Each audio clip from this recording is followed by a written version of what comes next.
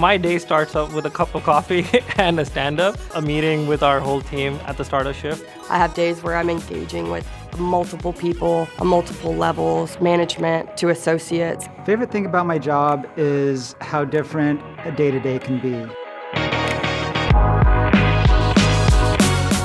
From doing preventative maintenance on the robots to having to take care of breakdown calls. Working in reliability maintenance engineering is a very dynamic workplace. You'll have the opportunities to think on your feet, even grow your critical thinking, and learn from others' experiences. Try to bring positivity everywhere I go. Every day I go in and I'm excited to be there. I really do enjoy it. I'm very curious when it comes to picking up new things, so yeah, it's a perfect fit for me.